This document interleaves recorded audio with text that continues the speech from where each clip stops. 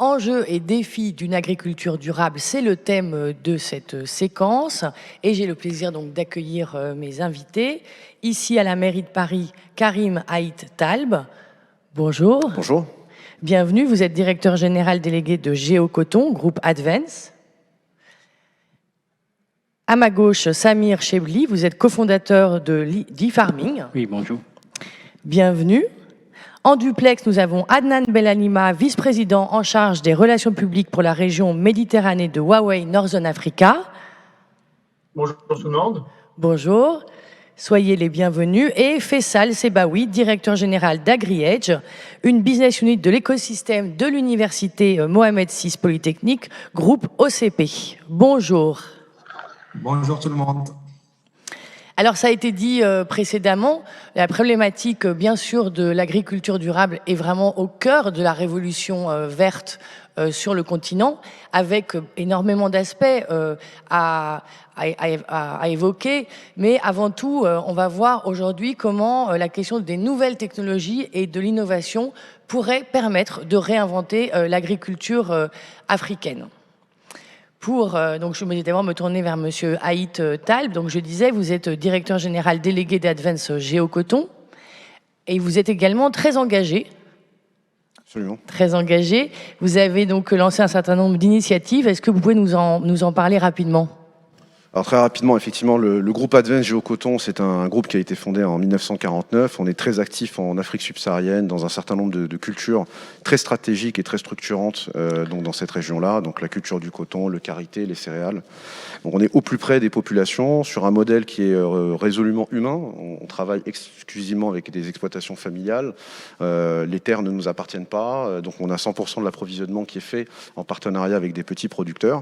Et selon un modèle, je dirais, respectueux de l'environnement, puisqu'on n'a pas d'irrigation, par exemple, les terres ne sont pas mécanisées. Donc c'est vraiment je dirais une culture très engagée, très responsable. Et alors forcément, lorsqu'on est dans ce type d'environnement, on a envie justement d'accélérer la transition de ce continent. Et donc on a lancé quelques initiatives comme IAM Africa en début d'année lors du One Planet Summit, qui fédère 150 acteurs du Nord, du Maghreb, mais également d'Afrique subsaharienne, autour de la question de l'agroécologie en Afrique. Et très récemment, on a également lancé Alpha, qui est une fédération d'une centaine d'entreprises françaises qui veulent accompagner justement le développement de l'agriculture et de l'élevage en Afrique.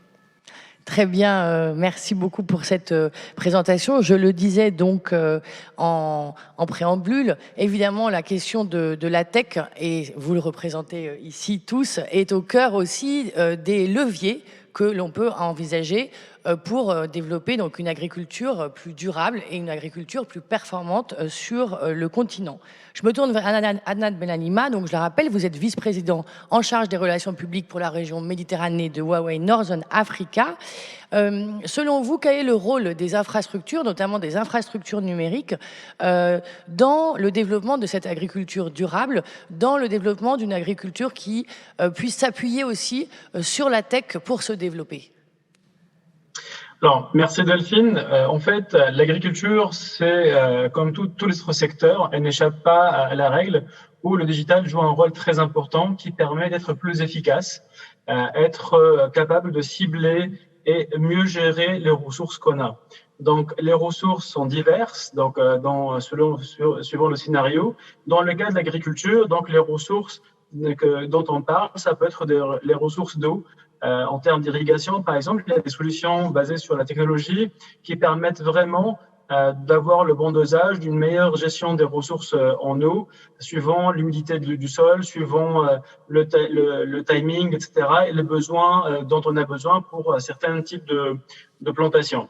Ça peut être aussi une meilleure gestion de tout ce qui est médicaments ou pesticides, donc pour être plus écolo, pour vraiment faire le bon dosage et pallier à d'éventuels problèmes sans pour autant arroser tout le champ, etc. Donc aussi, la technologie peut aider à faire des préventions, donc en détectant des maladies, par exemple, à travers des systèmes basés sur des caméras haute définition qui peuvent remonter, et avec l'intelligence artificielle, elles peuvent détecter certaines maladies dans certaines plantations pour éviter aussi la propagation, etc. De façon générale, donc je ne vais pas citer plus d'exemples, mais de façon générale, la technologie nous permet d'être plus efficace, de mieux gérer les ressources dont on dispose, et du coup, ça peut donner donc un résultat meilleur en termes de coût et en termes de durabilité. Très bien, donc une optimisation. Après, on verra tout à l'heure que d'un point de vue aussi des business models, il y a aussi des solutions qui émergent qui sont très intéressantes.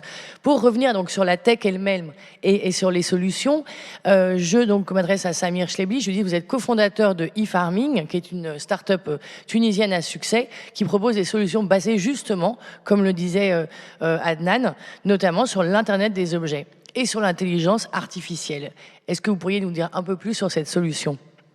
Merci.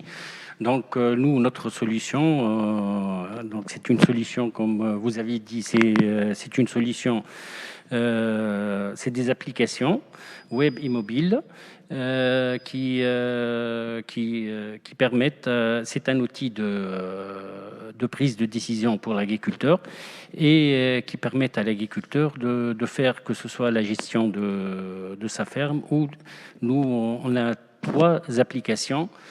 Une, Seigne pour la gestion technico-économique de la ferme. Une autre application c'est l'application phare, c'est l'application Phyto. Phyto, c'est pour la gestion intelligente des eaux d'irrigation. Et à partir de cette application, on peut effectivement donner à l'agriculteur, prédire et donner la dose exacte, à peu près la dose, pas exacte, l'exactitude, mais on se rapproche des besoins hydriques de la plante. Voilà, donc nous, on a intervenu. Pourquoi on a développé, on est en train de développer plus cette application. C'est parce que l'eau, maintenant, on commence à avoir des pénuries d'eau. On sait que l'eau douce, c'est à peu près à 3% de l'ensemble de l'eau dans la planète et que seulement 1% il est utilisé par l'homme. Et c'est dans ce 1%, 70% est utilisé en agriculture.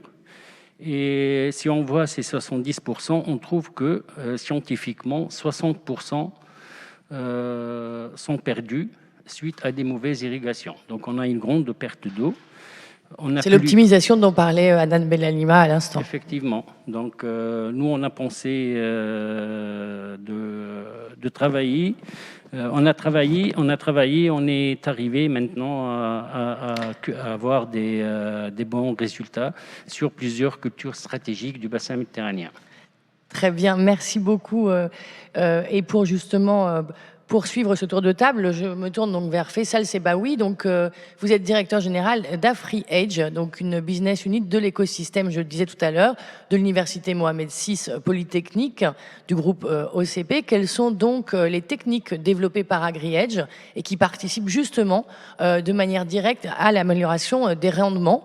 Je vous propose d'écouter Monsieur Sebaoui et après, si vous voulez, chacun rebondir ou peut-être avoir un commentaire par rapport à cette présentation sur les différentes possibilités et les exemples qui nous sont donnés de solutions tech. Monsieur Sebaoui, c'est à vous.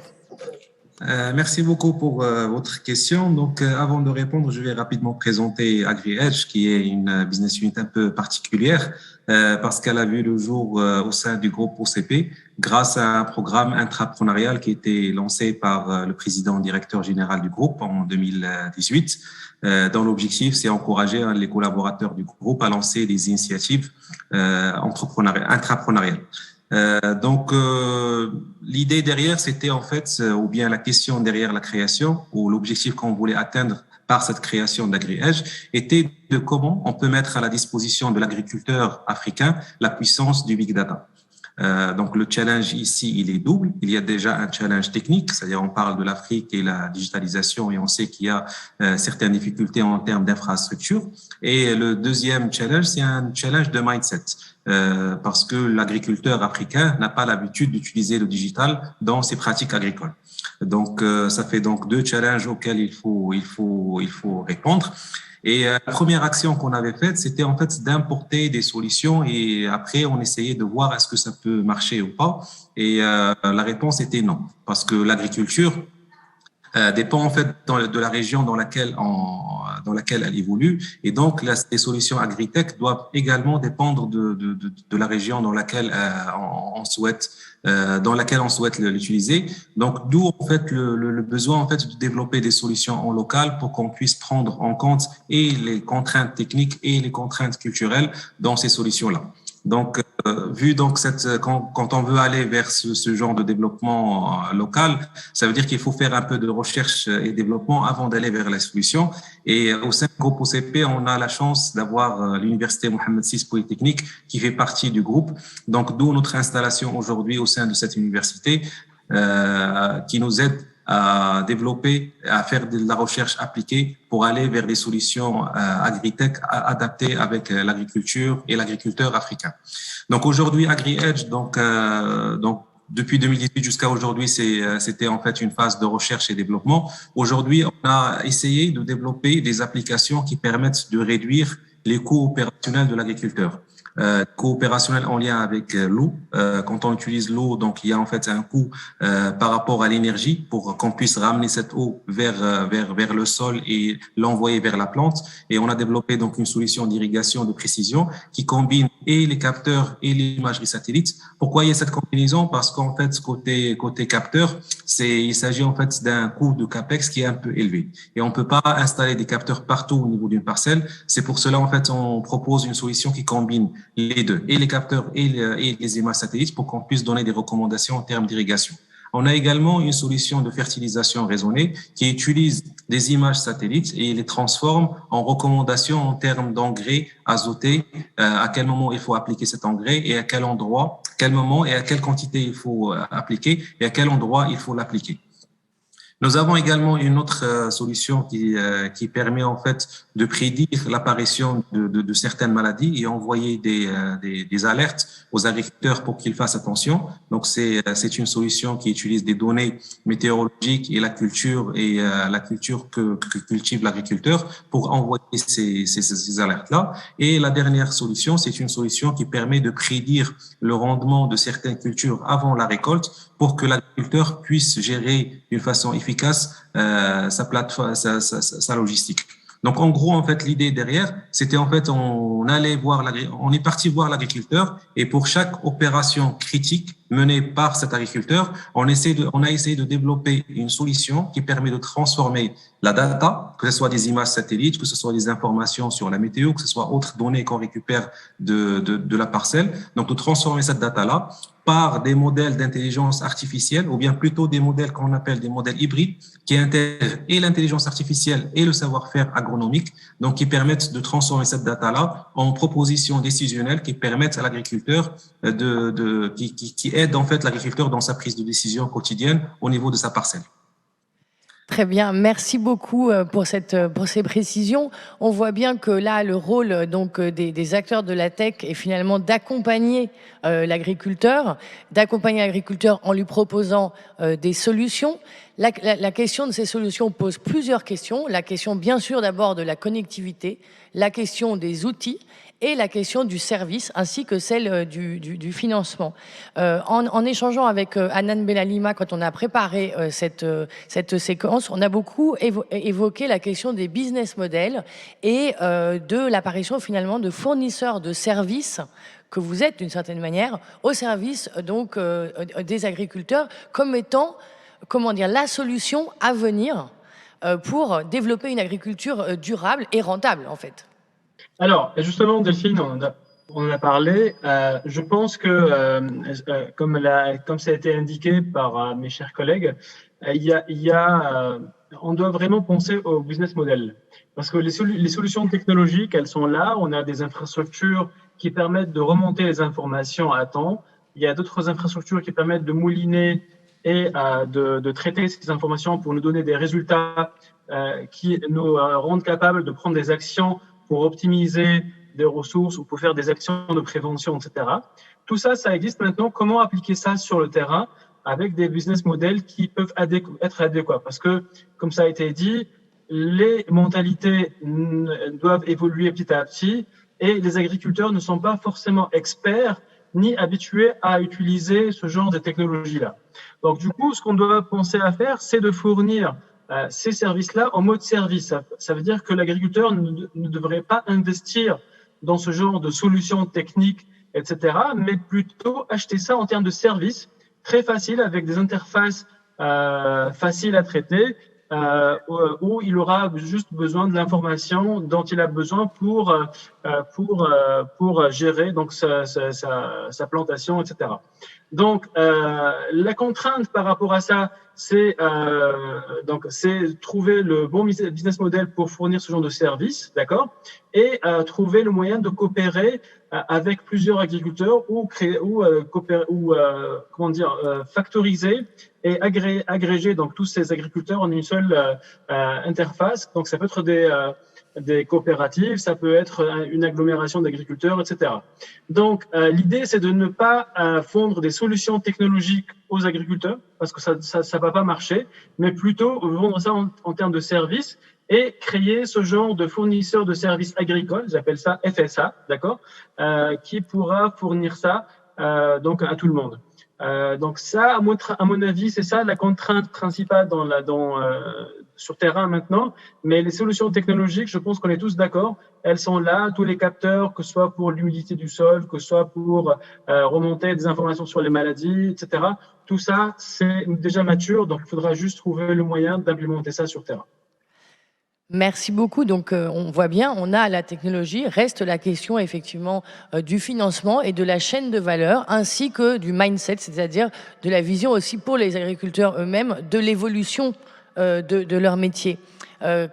Karim Aït Taltalb, votre point de vue à l'aune de votre longue expérience sur cette chaîne de valeur, comment la tech, comme vient de dire Hanan Benalima, peut être un fournisseur de services qui va permettre de créer une chaîne de valeur? Absolument. Alors déjà, il faudrait rappeler une chose, parce qu'il y a des gens qui vont nous suivre, mais il faut peut-être rappeler quelques indicateurs qui me paraissent moins importants. La première des choses, c'est que sur le continent africain, il y a 70% de la population qui vit en milieu rural. Donc ça veut dire que l'agriculture, l'élevage, ce sont des secteurs ultra stratégiques d'un point de vue développement humain, d'un point de vue sécurité alimentaire et d'un point de vue sécurité tout court. Maintenant, le continent africain est un peu à la croisée des chemins. On sait que d'ici 2050, le continent va compter à peu près 2,5 milliards d'habitants qu'il va falloir nourrir, qu'il va falloir employer. La technologie, dont on parle depuis tout à l'heure, c'est un outil qui va accompagner la transition du continent africain vers une meilleure productivité et une production, je dirais, responsable. Maintenant, c'est vrai que mes prédécesseurs ont souligné un point qui est absolument fondamental, c'est le coût de ces solutions et comment faire supporter ce coût-là aux producteurs lorsqu'on sait que 99% des producteurs du continent, ce sont des gens qui sont dans l'informel, donc ce sont des agriculteurs qui ne sont pas, je dirais, déjà bancarisés, ils ont une problématique de titre foncier, ils ont une problématique de pouvoir d'achat. Donc il faut que les solutions qui soient identifiées puissent être proposées à des opérateurs qui peuvent, eux, après, l'utiliser. Et donc moi, je ne me positionne pas comme, je dirais, fournisseur de solutions tech, mais au contraire, le fait que le groupe Géocoton, par exemple, agrège 65 000 exploitations familiales à l'est du Burkina Faso, nous sommes preneurs de ce type de solutions-là, parce que typiquement, nous avons les structures d'encadrement, nous avons les structures d'accompagnement des producteurs, et donc nous pouvons leur proposer ces solutions sous réserve que ça soit rentable pour eux. Parce que l'opérateur, quel qu'il soit, ne va pas prendre en charge ce service-là, puisque s'il est dans un modèle d'agriculture contractuelle, il y a un risque financier sur lequel il va, à un moment donné, s'exposer. Donc c'est pour ça que moi je pense que l'avènement des filières structurées permettra l'utilisation de plus en plus des solutions tech, parce que pour que ces solutions tech soient, alors elles le sont déjà pertinentes, mais qu'elles soient plus développées, il y a un élément qui est fondamental, il faut que le cadre la gouvernance dans laquelle ces solutions tech vont être déployées, il faut qu'il existe. Malheureusement, aujourd'hui, sur le continent africain, il y a très peu de filières agricoles et d'élevage qui sont véritablement structurées. Donc voilà, donc moi ce que j'en appelle... Mais justement, là, la question c'est de savoir si la tech permettrait pas aussi avec ces nouveaux acteurs de la structurer différemment et peut-être même plus rapidement.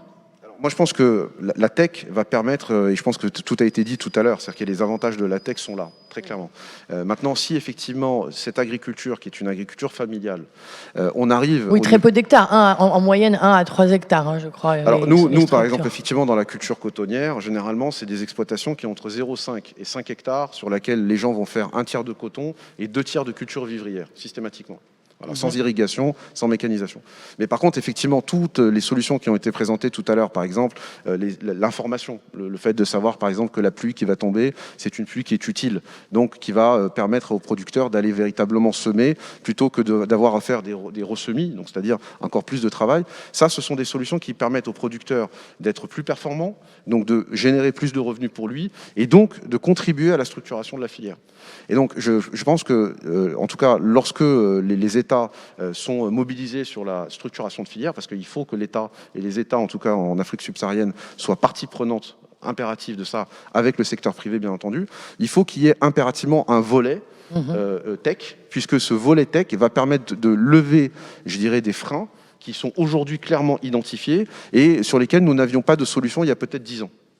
Donc voilà. Donc encore une fois, bravo à toutes ces initiatives parce que c'est, je pense, des solutions qui sont pertinentes pour le continent, sous réserve, encore une fois, que dans chaque pays, dans chaque région dans lesquelles ces solutions vont pouvoir être déployées, qu'on trouve le bon modèle économique. Parce que faire de l'agriculture en Afrique de l'Ouest, c'est pas la même chose que l'Afrique australe ou c'est pas la même chose qu'en Afrique anglophone. Tout à fait. Et du coup, je me tourne vers Faisal Chebbaoui parce que justement, avec AgriEdge, vous avez évoqué, je vous ai demandé comment est-ce que vous arrivez à vendre vos solutions. Et vous m'avez expliqué la manière dont vous fonctionnez entre, d'un côté, les coopératives et les grands groupes, parce qu'on voit bien que la situation, elle n'est pas la même suivant qu'il s'agit d'un grand groupe ou simplement d'un agriculteur qui a quelques hectares. Oui, effectivement, c'est en fait l'agriculture. Enfin, c'est ça ce qui est génial dans l'agriculture, c'est à chaque fois on pose la question, on a toujours cette réponse de ça dépend. Donc l'incertitude elle est énorme dans ce secteur-là et c'est ça qui crée beaucoup d'opportunités. Donc en fait par rapport à cette question, côté AgriEdge en fait on a une vision selon trois types d'agriculteurs. Donc il y a le grand agriculteur, il y a le petit, il y a le moyen. Donc, par rapport au grand agriculteur, donc il est facile à convaincre. Pourquoi? Parce qu'il est drivé par le résultat net, et donc il suffit que la solution puisse créer de la valeur ajoutée pour lui, pour qu'il puisse adopter cette solution. Et on peut même aller dans des développements spécifiques, c'est-à-dire il cherche pas forcément des services qui sont prêts à être utilisés. Des fois, il cherche en fait il a en fait des besoins qui sont tellement spécifiques qu'on a besoin de faire un développement spécifique pour lui. Donc, cet agriculteur, il est prêt à payer en fonction du gain qu'il réalise derrière cette solution. Pour l'agriculteur moyen, donc l'agriculteur moyen, il est toujours dans le même état d'esprit que le grand, mais il n'est pas dans une logique d'aller investir carrément dans un développement spécifique. Pour celui-là, il faut proposer des services qui sont prêts à être utilisés avec des inputs et des outputs. Des inputs donc qui viennent donc des différentes sources de données et des outputs, c'est les recommandations qui vont lui permettre qui vont l'aider en fait dans sa prise de décision. La partie la plus compliquée, c'est la petite agriculture. Donc, la petite agriculture, que ce soit au Maroc ou dans d'autres pays africains, c'est ma conviction, c'est en fait ces solutions-là doivent être proposées gratuitement pour cette population d'agriculteurs. Pourquoi? Parce qu'en fait, ils sont déjà parce qu'en fait, les solutions agritech, qu'est-ce qu'ils permettent de faire? Ils permettent en fait d'optimiser l'utilisation des intrants. Au lieu d'optimiser l'utilisation des intrants et de maximiser la production agricole. Donc, pour un grand groupe qui utilise déjà des quantités, qui peut se permettre d'utiliser des quantités d'élevées d'intrants pour aller vers une production optimale, venir lui dire voilà comment on peut optimiser, ça marche. Pour la petite agriculture, il est déjà dans une logique d'optimisation par contrainte, parce que il n'a pas les moyens pour qu'il puisse acheter cette quantité optimale. Donc, du coup, il est déjà dans une logique d'optimisation. D'où donc c'est-à-dire ma conviction que cette agriculture ou bien cet agriculteur doit bénéficier gratuitement doit utiliser, en fait, on doit lui proposer gratuitement ces solutions. Après, donc, le fournisseur de ce service-là, il doit financer d'une façon et d'une autre cette proposition de service. Côté AgriEdge, on a fait deux choix. Le premier choix, c'est qu'on s'appuie sur les grands agriculteurs qui sont dans une région donnée pour proposer en fait des solutions à des petits agriculteurs qui sont dans la même région. C'est-à-dire si on a un grand producteur de blé qui va acheter une solution d'AgriEdge, donc cette solution, elle va lui permettre d'économiser par exemple l'azote. Donc l'idée, c'est dans cette économie-là, il va investir un peu d'argent pour qu'on puisse proposer cette solution aussi à des petits agriculteurs qui sont dans la région. Ça, c'est la première piste de financement pour qu'on puisse proposer gratuitement des services à la petite agriculture. La deuxième piste, c'est les fournisseurs d'intrants. C'est-à-dire les fournisseurs d'intrants, in fine, en fait, ils vendent des produits à ces petits agriculteurs, même s'ils vendent des petites quantités. Et ce que nous cherchons, c'est qu'on leur propose de proposer ces services gratuitement à ces petits agriculteurs en complément de l'intrant qu'ils proposent, en complément de l'intrant qu'ils vendent, au moins pour utiliser d'une façon efficiente cette petite quantité qu'ils vendent à cet agriculteur. Et la troisième option, c'est s'appuyer en fait sur les agences de développement qui contribuent en fait dans le développement agricole et qui s'appuient des fois sur le digital pour contribuer dans son développement agricole. Donc ça, c'est un peu le business plan qu'on utilise côté AgriEdge.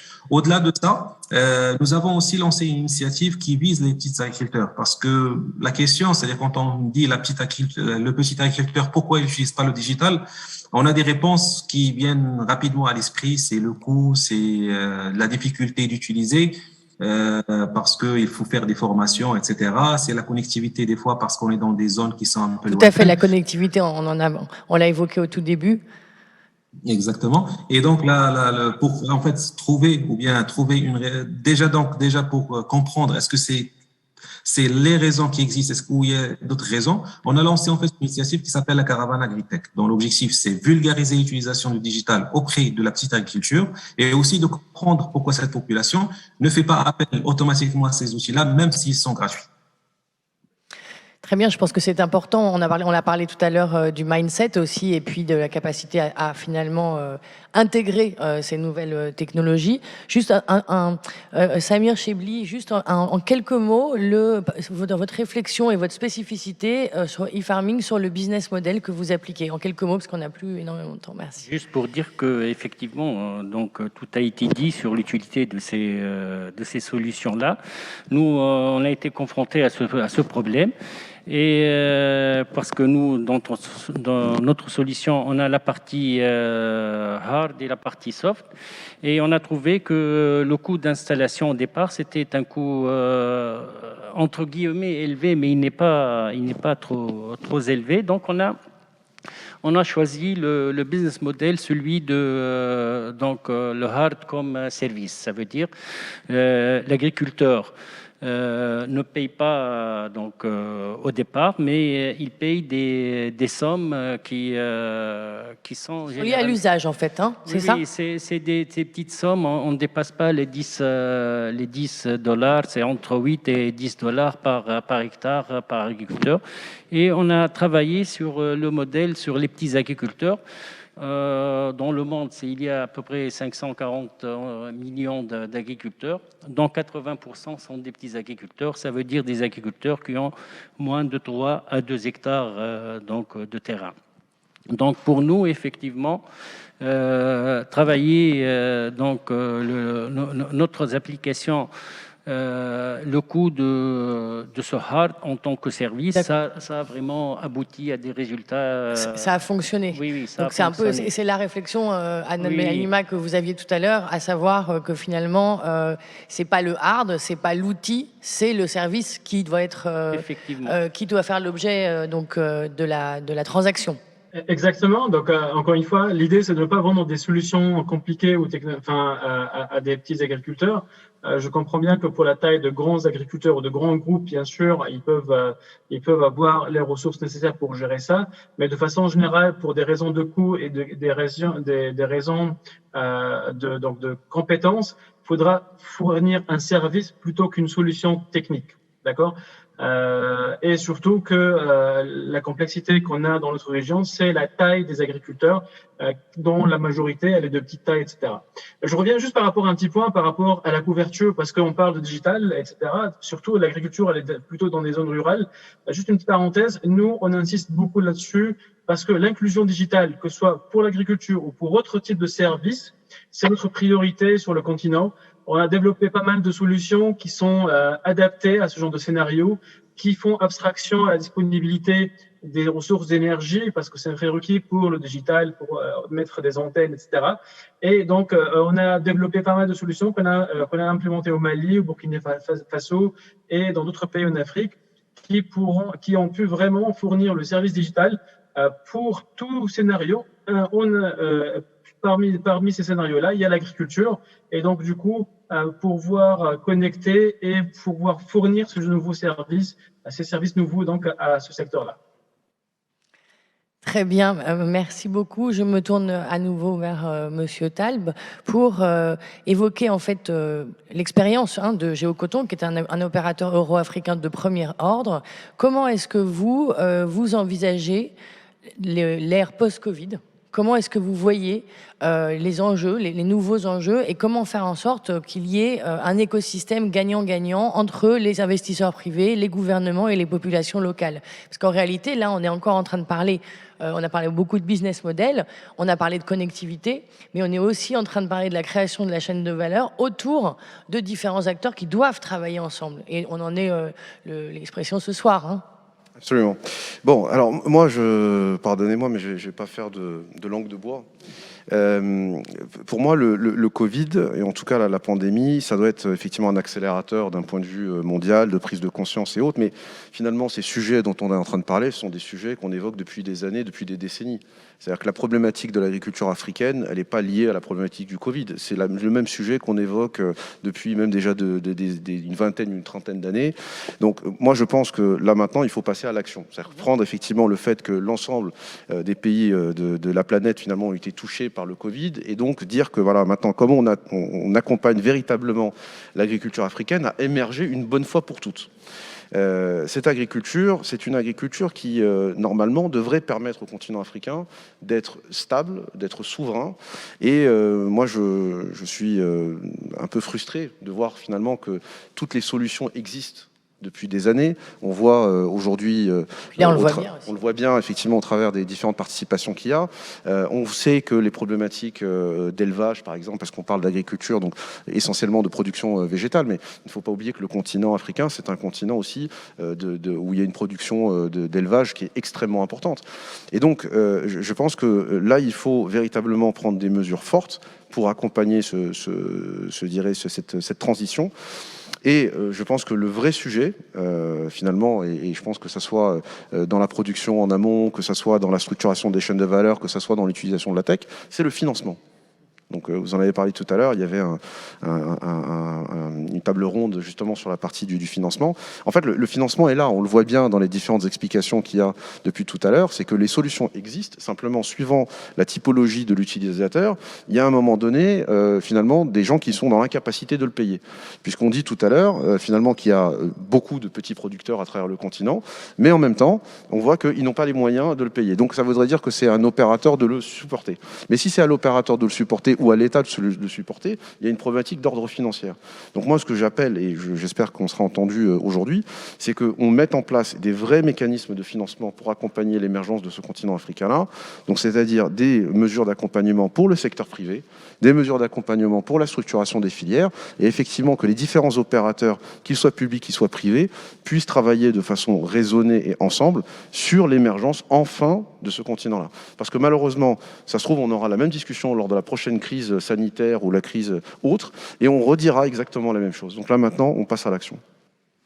Très bien, merci pour ces propos de conclusion, puisque nous allons bientôt terminer. Je vais laisser la parole à Faisal Sebaoui. Un petit mot.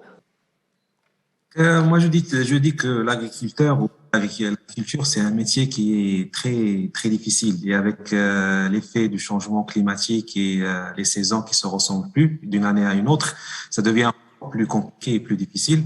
Et avec l'agritech, c'est un outil qui peut contribuer pour aider l'agriculteur à produire mieux, c'est-à-dire avec le moins de ressources possible, parce que toutes les ressources en fait subissent un certain stress et il faut qu'on les utilise d'une façon beaucoup plus efficiente. Ça, c'est d'un côté.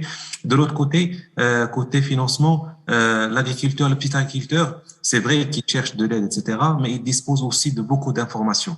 Et je pense que les fournisseurs d'intrants, les fournisseurs de services doivent s'intéresser à ces informations-là et valoriser ces informations pour au moins lui proposer des solutions techniques, technologiques gratuitement. Très bien, merci beaucoup. Samir Chebli, un petit mot pour la fin. Oui, pour nous, donc, le Covid, il a influencé surtout notre internationalisation. Donc, on a retardé le e-farming international qui va être fait en France. Donc, mais on a gagné dans le perfectionnement de nos algorithmes. On a bien perfectionné nos algorithmes et on attend donc l'ouverture des frontières parce que nous on vend une solution technologique, mais aussi on forme des agriculteurs. On doit être présent sur terrain. C'est sûr que la situation actuelle oui, effectivement, est un petit peu préoccupante. Merci beaucoup en tout cas. Merci et j'espère pour nous tous que ça va bien se passer. On espère tous. Voilà. Adnan Benalima, un petit mot de conclusion. Lorsque on a évoqué le sujet en fait de la tech et de l'intelligence artificielle, je vous ai demandé parmi les études qui avaient été faites par votre groupe au niveau mondial, si vous aviez des éléments à partager avec nous sur le futur de l'agriculture au niveau mondial et notamment donc par l'intelligence artificielle. Alors, encore une fois, donc la technologie reste un outil efficace pour mieux gérer les ressources, pour maximiser donc ce qu'on a, la production et optimiser les ressources dont on a besoin. Ça a été démontré dans plusieurs pays, notamment en Suisse. Donc, je vous invite à voir, par exemple, ce qu'on a fait en Suisse, que ce soit en termes d'agriculture ou d'élevage, parce qu'on a vraiment implémenté des solutions qui ont permis d'avoir des résultats très intéressants.